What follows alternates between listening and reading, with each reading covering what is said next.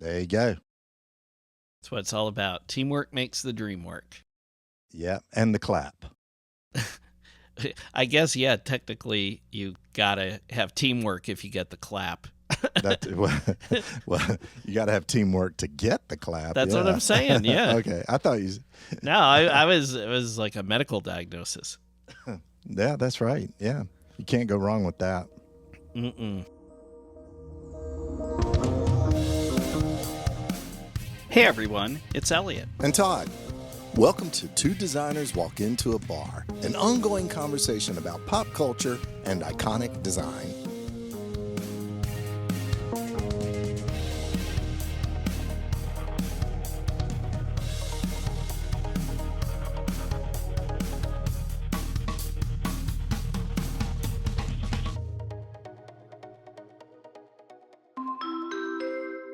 Today we're digging around in the backs of our minds and the pits of our stomachs to remember a couple of beloved food products.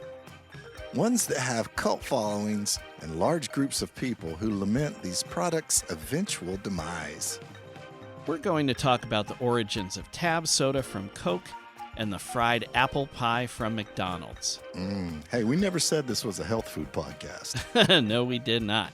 So ask the bartender to mix a Texas TaB for you and maybe a couple for us. Because we're hitting the drive-thru, then rolling back into the bar. Okay, how do you want to get into this? Oh gosh. You know what we should? You know what we should talk about. So What should this we goes talk back about? to. So we should talk about Richard Simmons because Okay, I all always right. associate Richard Simmons, and I mean, you remember the whole. You start by saying, do you remember the conversation we had years ago about punching a celebrity in the face or whatever? Yeah. And that was Richard Simmons. What you were surprised by was how quickly that name popped out of my mouth. It is. Yeah. I mean, like you had been thinking about it for a long time. I guess subliminally, like it was stewing. You know, it was like rolling around in my head. Because I was like, well, he's kind of, I mean, I like Richard. He's a decent guy. But this was okay. back in the 90s, right? This was before the whole podcast and the whole controversy when he disappeared and this and that. This was when he was still on TV, pretty ubiquitous, and I just found him to be nails on a chalkboard annoying. Well, okay, then we have some alignment with today's episode because he had a cult following, right? Yeah, and he's without discontinued. a doubt. Yeah, well, Todd, he passed away. Well, but he stepped out of the limelight before passing away. It was self-discontinuation, I guess. That's right. Okay. I mean no disrespect for Richard, unlike you. Okay, I well, love Richard. Anyway, the reason, Richard Simmons, for whatever reason, I think it was probably just timing. He was never a spokesperson for TaB, was he? I don't think so. Okay. No, I don't think so. I think he don't just know did his why, thing. but I always conflate and connect Richard Simmons with TaB soda in my head. I can't think of one without thinking about the other. Yeah. Well, that's interesting. I bet if we went through an 8-week psychological evaluation for you, we would probably get to the bottom of that. So are you going to pay for this therapy? Or do we need to just get a therapist to be one of our podcast Our sponsors? Guest. Yeah, we could do that. That's even better. Yeah, have them be a guest. Then we'll just keep going, but what do you think of me, doctor? And they'll be like, I thought you were interviewing me. That's right. Yeah. Okay. Well, okay. There might be some, there might be a reason for that given the time frame that TaB was popular, But, Okay. I'll give you a little bit. Let me tell you a little bit about it. Okay. So it was the very first diet soda that was produced by the Coca-Cola Company in 1963. You've heard of the Coca-Cola Company, right? Yeah. I think I have some of their products in my refrigerator right now. Oh, yeah. Okay. Good. They make mustard or something, right? That'd be amazing if they made mustard flavored. Make Coke flavored mustard. Yeah, or mustard. Right. But I could see that. That's better than mustard flavored Coke. I was going to say mustard flavored Coke could probably be like an Oktoberfest thing in Germany or something. I don't know. Yeah. Sorry. Kids, don't use this podcast as a research tool. So far we're not talking about health food. We're not talking about recipes. but we will give you some insights here. But it was because in that time, the early 60s, the consumer demand for sugar-free, low-calorie soft drinks was really cranking, and it was originally for people with diabetes. Like Wilford Brimley? Yeah, he had the diabetes. Oh, by the way. He did. Sidebar. I looked this up. Okay. Do you know that you are older than Wilford Brimley was when he filmed Cocoon? Yes, I've looked this up. Yes, I've looked this up too. Yeah, the man. Todd, as the saying goes, it's not the years, it's the mileage. Well, okay. All right, back on topic. TaB wasn't the first national diet soda. That was actually Diet Right from the RC Cola Company.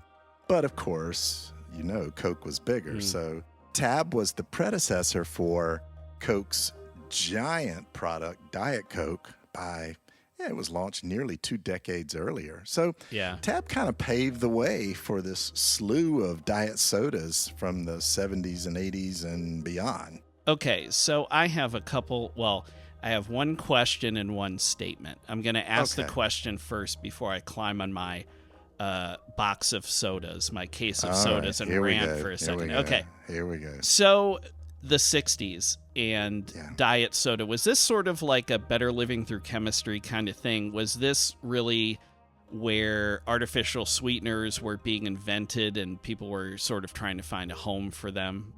Yes, 100%. Okay. It was consuming chemicals.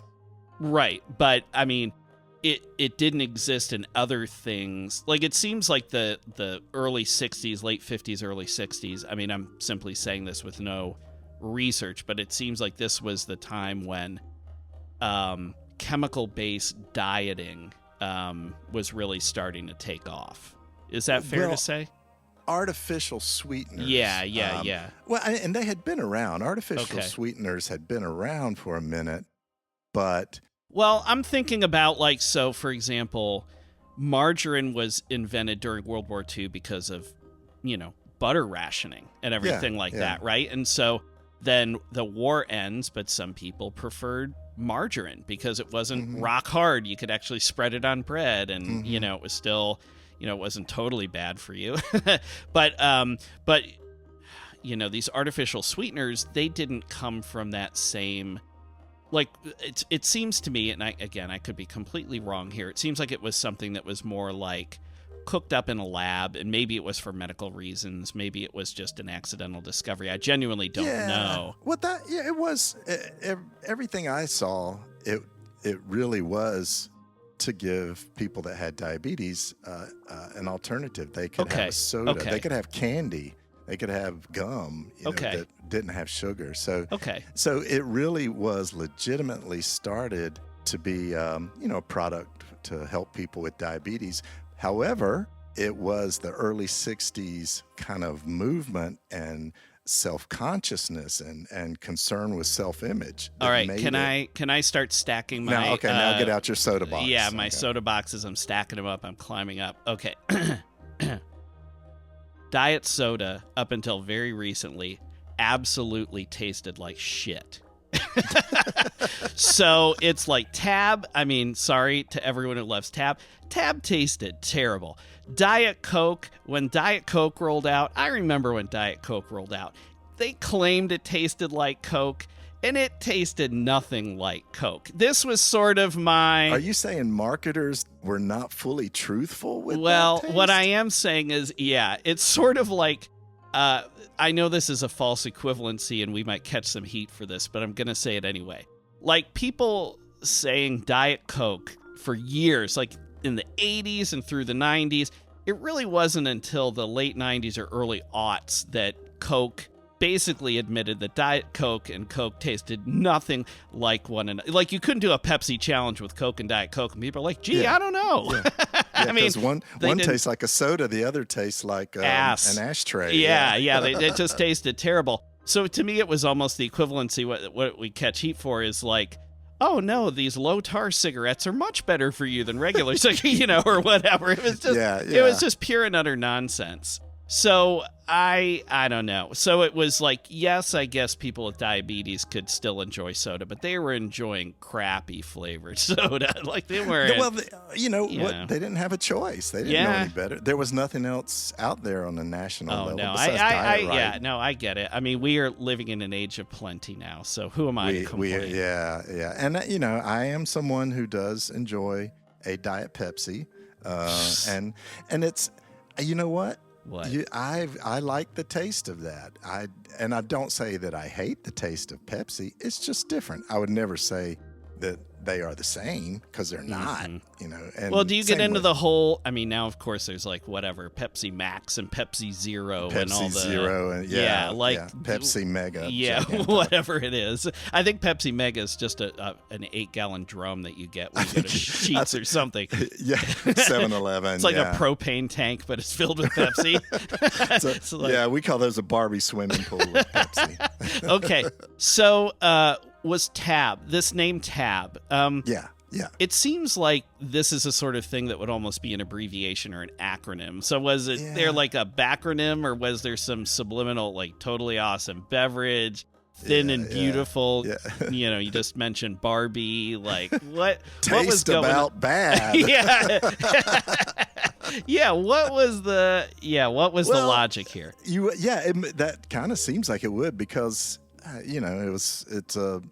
it's a nice looking little name, but no, it was actually, Elliot, it was chosen by science. It was chosen from a list of 185,000 potential names that were generated by a mega master supercomputer, the IBM 1401. Oh, I think I saw that later in War Games, didn't I?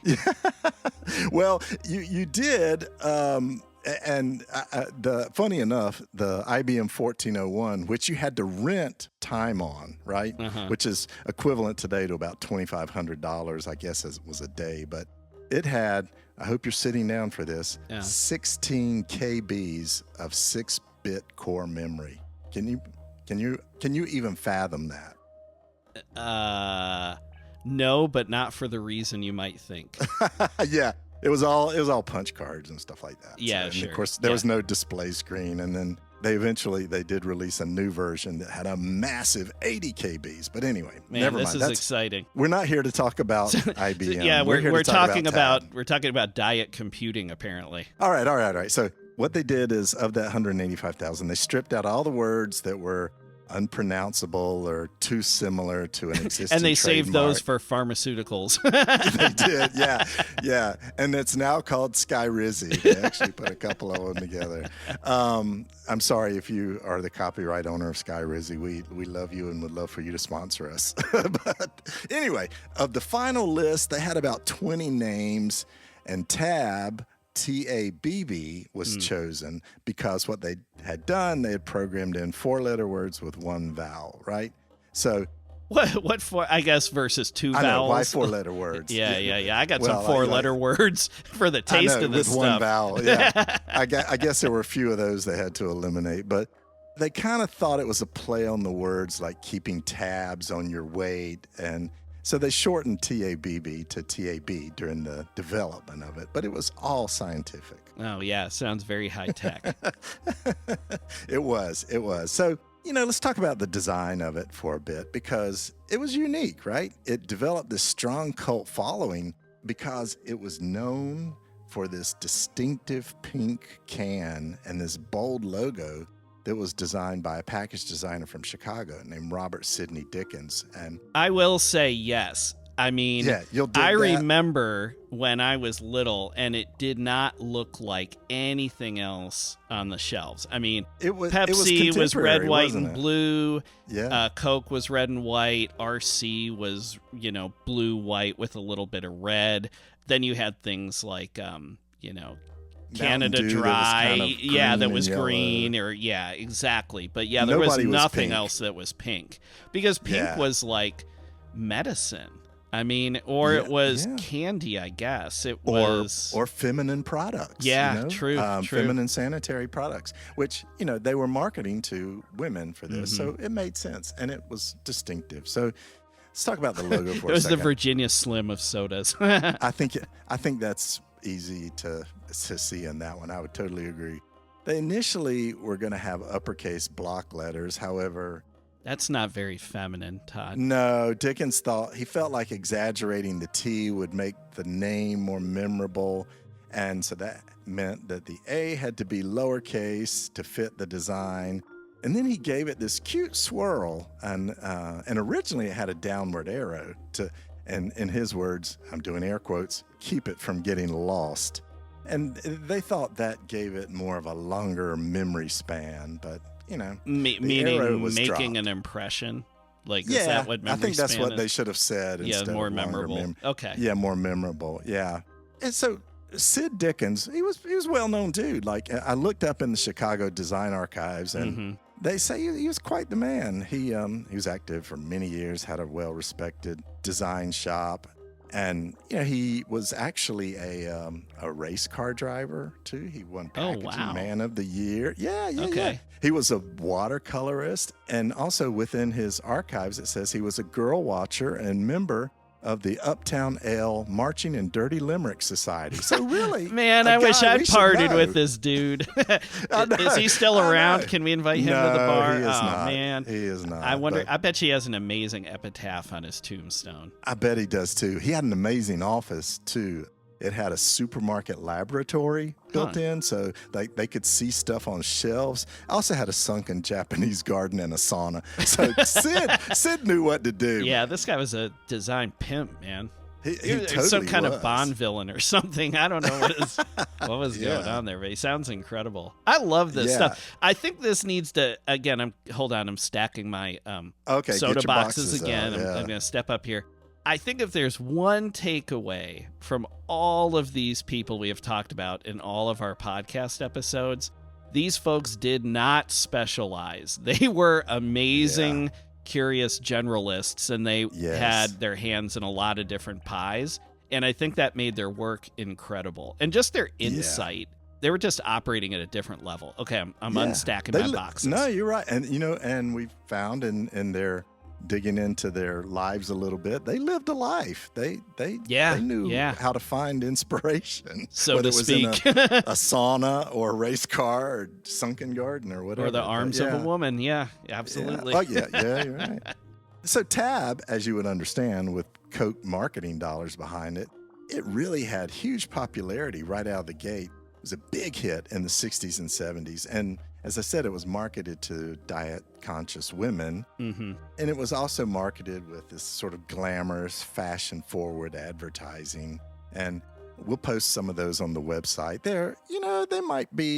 Some may be a little cringeworthy today. They're of their time, right? They are, but TaB actually became symbolic of the 70s and 80s diet culture. Oh, it was.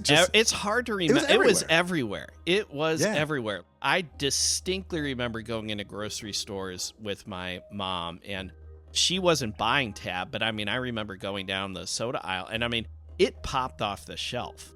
That pink was hard to ignore. Yeah. It was. So listeners, check out some of the ads on our website.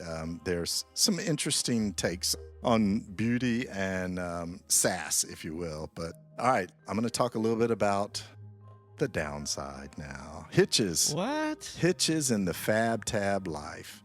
Because you were alluding to this earlier. TaB was originally sweetened with that delicious cyclamate, which I think I put that in my coffee this morning. I doubt you did, because it was banned by the FDA in 1969. They're probably dropping in a nom to clear jungle vegetation. I think that's more likely. Yeah, I think that's more likely. All right. Well, then they reformulated it with saccharin. Oh, that's better. Yeah, there great. you go. Studies in the 70s linked saccharin to bladder cancer in rats. I'm just like, well, why do rats need diet soda, right? Yeah. And then later, aspartame was the sweetener. So, through all of that, TaB prevailed up until the death knell, dude. The launch of Diet Coke in 1982. So was it truly launched to replace TaB? It was. Wow, okay. It was launched to not be a female-only diet soda. And also coattail on the name Coke. On Coke. Yeah, absolutely. Made sense, right? Yeah. So really, TaB stayed around for a while. Oh, yeah. Yeah, like another 20 years. Oh, yeah. But obviously, it never did kind of peak anymore because Coke put their marketing dollars in Diet Coke, as you would guess. And then shelf presence became a lot more minimal for TaB. And I would also say one more thing, just thinking out loud about this. They continued, if I remember correctly, to tweak the flavor of Diet Coke, too. Yeah. It doesn't taste like Coke, but it tastes less shitty than when it hit the market originally. Yeah. But my point is they weren't pulling, besides like these chemical swaps with TaB, no one was drumming their fingers in a lab coat saying, how can we make TaB taste better? Yeah, I think they were like, hey, we have a brown flavor. All right, put a pink can on it and let's sell it. I think they started caring about it. Sounds like you're selling diet gravy. That would be good. Yeah, hold on, let me write that down. I would name that DAB, D-A-B.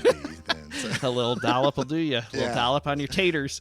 All right, but this is a podcast about cult brands that went away. And what has to make them cult is they have to have a passionate following, right? Which TaB did. Oh, yeah. When it started disappearing from shelves in the early 80s, it developed a passionate fan base, people calling for more of it. And then it started having sort of this limited regional distribution, which further reduced it. But you know, we saw a little nostalgic wave in the 2000s. Mm-hmm. There was a love, I don't know if I remember this, maybe you remember this, but there was a love for the 80s and the sort of early 2000s. And, you know, it was sort of reborn with people's love of movies like Back to the Future or Scrooged or Beetlejuice. TaB is featured in all of those. Yeah, I remember that. Yeah, and Back to the Future, just give me a TaB. You got to order something first. Yeah. I mean, nothing says 60s and 70s like diet culture, like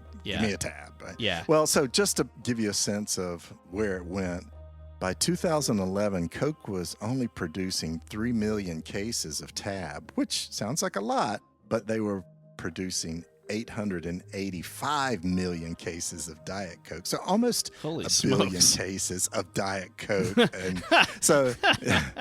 Okay. And then, you know, sort of another the death knell was in 2018.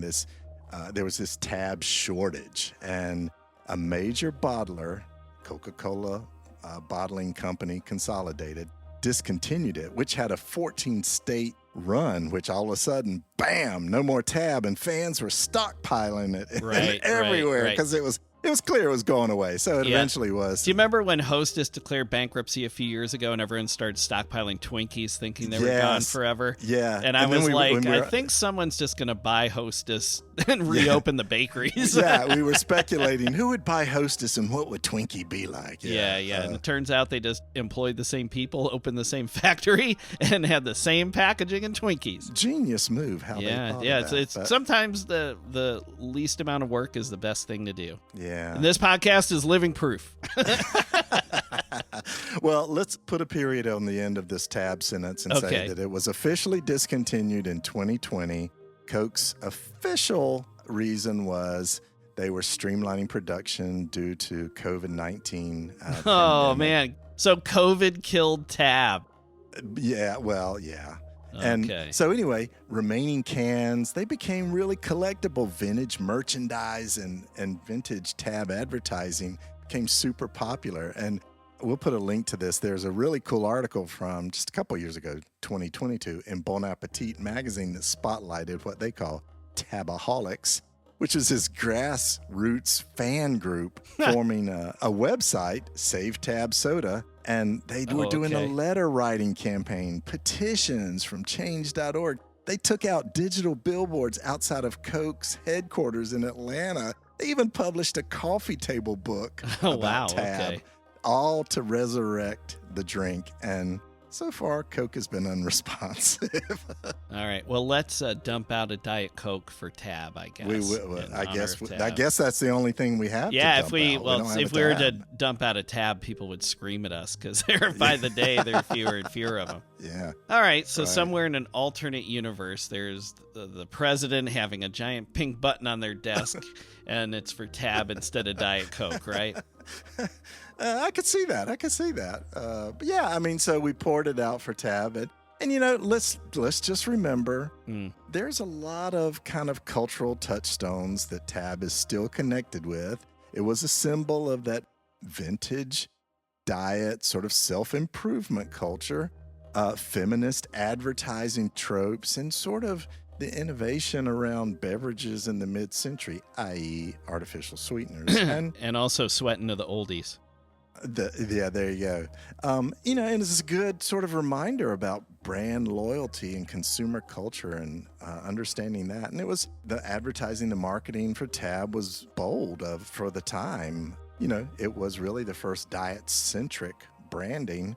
And, you know, we have a lot of things now that are low calorie, no sugar, but, you know, they don't necessarily refer to them as diet anymore. That's a word that is culturally less popular than it was. But in the day when TaB was out, you know, it was that diet was that ideal, it was playful femininity, it was preppy sass, it was diet culture, and even the first celebrity tie-ins for a diet soda. So I contend TaB remains a cultural artifact. All right, if you say so. All right. Yeah. All right. Well, I am not raising, again, there's none in the bar, but even if there were, I would not be raising a TaB to you talking about TaB. Maybe the Texas TaBs. And okay. You know what? Okay. Speaking of TaB. Oh, let me guess. You're thinking it's time to put the next round of drinks on my tab. Well, I was going to mention I found a TaB t-shirt online, but, you know, I like your idea a lot better. I bet you do, yeah. You know, to get ready for the second half of our conversation, I recommend a couple of apple martinis to, you know, get the pipes loose. Well, feels like my debit card's getting loose as well. We'll be right back.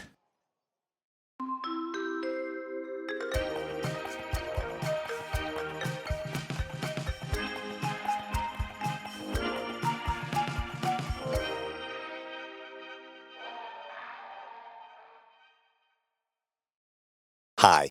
We want to take a moment to mention that if you're enjoying this episode, we have an archive of topics ranging from the Olympics to movie posters.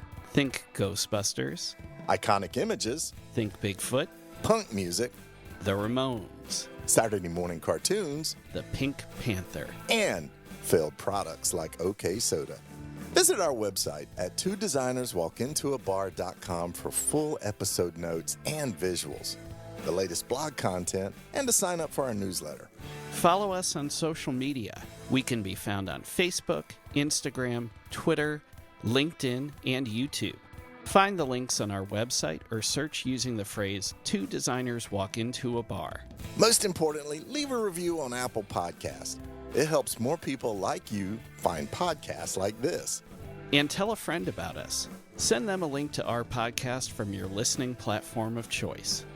And if you're inclined, buy our merchandise. Stickers, coasters, magnets, t-shirts. We're designers. We make good stuff, and it helps support the show. Get in touch. Use the contact form on our website or send an email to hello@twodesignerswalkintoabar.com. We read every message we get. Honest. And we're available for speaking gigs. Email us to learn more. Okay, now back to the bar.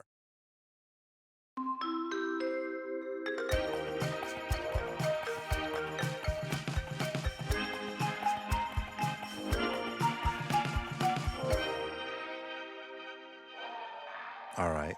Well, Elliot, thank you for listening to my my tome to TaB for the first part of the episode.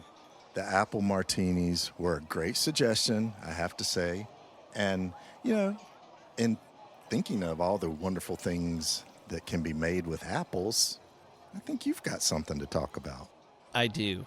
Now, before I get into talking about McDonald's and their fried apple pies, I want to talk about a couple of honorable mentions when it comes to cult products. And when I was doing research about this, there's a lot of food. People love food. So here are two that I looked up that other people miss, and I got to admit I miss these as well because they are both from my childhood. Okay. These are both culinary cornerstones of my childhood. Okay, so first one, Jell-O pudding pops. Now, Okay, obviously, the spokesperson ended up being a rather dubious character, but the Yeah. pudding pops themselves were delicious. All right, I'll give you that. And I ate my fair share of those. Okay. And then the other one, if you've got 30 minutes to spare, Swanson TV dinners in the aluminum tray. You remember those with the foil, and you had to like peel the brownie back so the the foil on top so it'd be baked. Okay. Yeah, you like that? Pause. Okay. Pause. Hit me. You were giving me shit for diet sodas and chemicals, and you just mentioned that you loved Swanson TV dinners that were laid out and cooked on an aluminum tray. Yeah. Like, you didn't think that had unhealthy side effects? You mean the aluminum? No, the TV dinner. I would have been better off eating the tray. Okay. They're probably probably high sodium, lots of preservatives, but Todd had a brownie. Okay. Well, okay. I could see how that would win you over. Please continue, Elliot. But, with those two things I just mentioned, you would eat those at home. So, the product I want to talk about, it still exists today, although people by and large agree its current form is a compromised one. It's so iconic, though, it has a type of package design named after it, the pie box. Oh, well, I know what you're talking about because you mentioned McDonald's and Apple earlier, so I didn't know there was kind of this compromised state that it's in now. So tell me about that. Eventually. So the original McDonald's pie, there were two flavors. See if you remember this. Okay. Do you remember there's apple pie? It's still around today. Do you remember what the other flavor was? If I had to guess, lemon?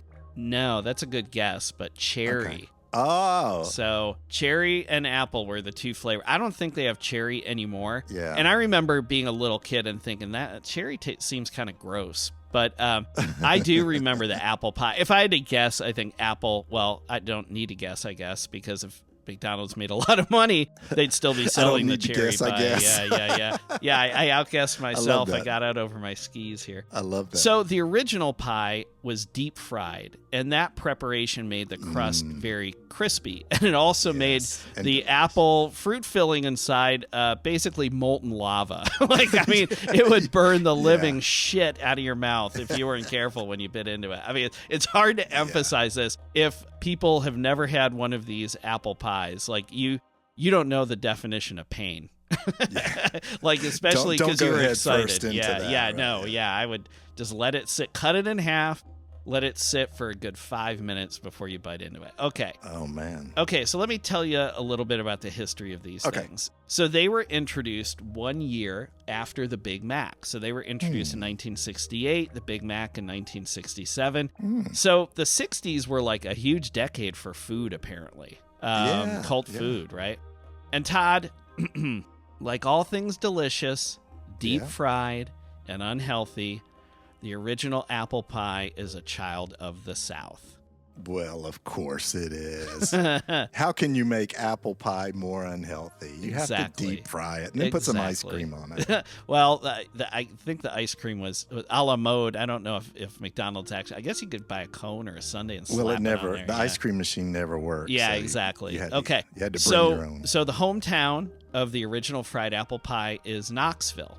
And there was a franchisee named Lytton Cochran. And he enjoyed these fried fruit pies as a childhood snack. His mom would make them for him. And so he was a franchise owner and he wanted to make these in his restaurant and serve them to his customers. Okay. Because at the time, McDonald's did have a dessert, but it was ice cream and he wanted a hot dessert for them. So he introduces them, and get this, you'll love this. He actually hired his mom and his sister to make the pies in his restaurant. So they would make them all by hand, and then he would deep fry them and sell them to his customers. They got so popular, though. This was just him in his one location. It got so popular, he had to find a supplier to make them. Oh, wow. Yeah. Okay. So it takes off. So after a couple years, McDonald's corporate, the mothership, catches wind of this, and the pie went national in 1970. And that's when it became the first hot dessert that you could grab anywhere at a McDonald's. So these McDonald's, they were the first chain serving these pies? No, they were not. Okay. And they weren't even the first one to have apple pie on their menu. That credit goes to White Castle. So Todd, innovation coming out of the Midwest. So this was back when White Castle was in Kansas. Okay. Can't argue with that. No. Now you'll love this though. So in terms of the 70s and all things psychedelic and creepy, McDonald's introduced a character called the Smiling Apple Pie Tree. So you're a little kid and you'd go in and there was this tree with a face on it. So I don't know, I guess you're like eating a mushroom filled pie and the tree might talk to you or something. I don't know exactly what was going on, but needless to say, that didn't last. And something makes me think the Keebler elves may have sued McDonald's. I don't know. Really? Didn't last? Yeah, it didn't last. Yeah, hard to believe. Okay, now, so there is a reboot in 1992. So from the 70s so we had a pretty good stretch here. 22 years, we're trucking along and the pies were fried. Yeah. Boom. The early 90s hit, the pie was no longer fried. It was suddenly baked. So why this change? McDonald's said, quote unquote, health concerns were the reason. This is McDonald's saying this. Yeah. It sounds like an easy concern, right? Well, so did you find that to be true in your research? Maybe, but probably not. So, cast your mind back. I mentioned earlier that the filling was basically like, liquid steel. Yeah. What's your hot substance of choice? They were probably worried about getting sued by customers burning their mouths. And this was around the same time. Do you remember the hot coffee lawsuit where the woman spilled the coffee on her lap in the drive-thru and McDonald's got sued for that? Coffee hot. Yeah. So same thing. So probably they kind of wanted to head this off before this same woman came back and decided to order dessert. Give me 35 hot apple pies, and I mean hot. Give me scorching coffee and your lava pie. And a couple oven mitts. Okay. But the nutrition thing was dubious. The old pie had 15 grams of fat. The new one, so, it's not deep fried anymore. It's baked. Oddly enough, still 15 grams of fat. Oh, but it gets better. It had 20 more calories. It had 280. The baked instead one of 260. Yes. Frying got rid of 20 calories somehow. I don't know. Yeah, the baking somehow, probably they had to add something to the crust to make it, Anyway, I don't know. I'm no chemist. I don't know these things. I'm just simply a fast food connoisseur, Todd. Okay. Now, it did have a lot less sodium, and apparently it had no cholesterol, which makes sense since you're not frying it anymore. So I guess that's an improvement. So that reminds me, too, of the health concerns. I don't think salads lasted super long at Mickey D's either, did they? No, they didn't. And when those got taken away, there were a handful of complaints. I remember this, too, and a McDonald's executive, I don't remember if it was the CEO at the time or if it was some other person high up in the C-suite. But he basically said, if you're looking for nutrition, you're probably not coming to McDonald's. I'm paraphrasing. I think the original phrase was much funnier, actually. Sounds pretty honest. Yeah.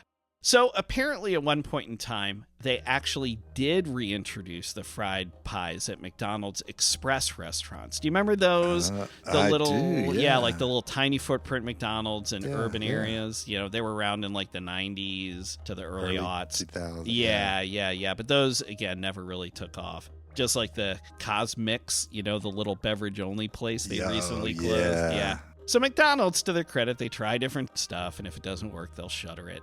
They retooled the baked pies again 5 or 6 years ago. Oh, okay. And their appearance changed slightly, and even more sugar was added to them. Oh, wow. So is the delicious, beloved fried apple pie totally dead? No, it is not. But you're going to have to travel to find one. Okay? How much gas do you have in your car right now? Hey, I've got a credit card. Okay, perfect. So if you find yourself on Florence Avenue in Downey, California, Todd, Okay. you can hit one of the super early McDonald's, one of the 3 original McDonald's from the 50s, and you can get one. So they still serve them there. Okay. That's the only spot that you can get one? In the U.S., that's the only spot you can drive to. Okay. If you find yourself in Hawaii, Well, apparently all the McDonald's in Hawaii still sells them. Yeah. Well, that's a good reason to go to Hawaii. Yeah, as if you needed another one. Yeah, right. Yeah, Right. and spam. You know, you go to Hawaii, get some spam, get yourself an Yeah, apple pie. And then there's also McDonald's restaurants in 13 or 14 other countries that also still sell these pies. And you're in luck. Mexico is one. So as long as you're in California, Okay, good. just head south from there and, just keep rolling, and then you can get some there. So that's Wow, reasonably okay. close. Sounds great. Yeah. So I think this shows the power of nostalgia through the smell, texture, and taste of food. And that's certainly true for the apple pie. And I think it's Yeah. true for, TaB soda as well.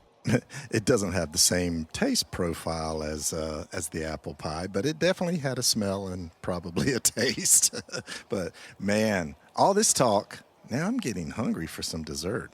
It would be perfect if the bar added deep fried pies to their menu. Even some moon pies. Oh, that's amore. Oh, you're thinking of a pizza pie now. I'm thinking of our next round of drinks. That's amore. Yeah, Amoria, my money out the window. Okay. We'll see you next time. Take care, everyone.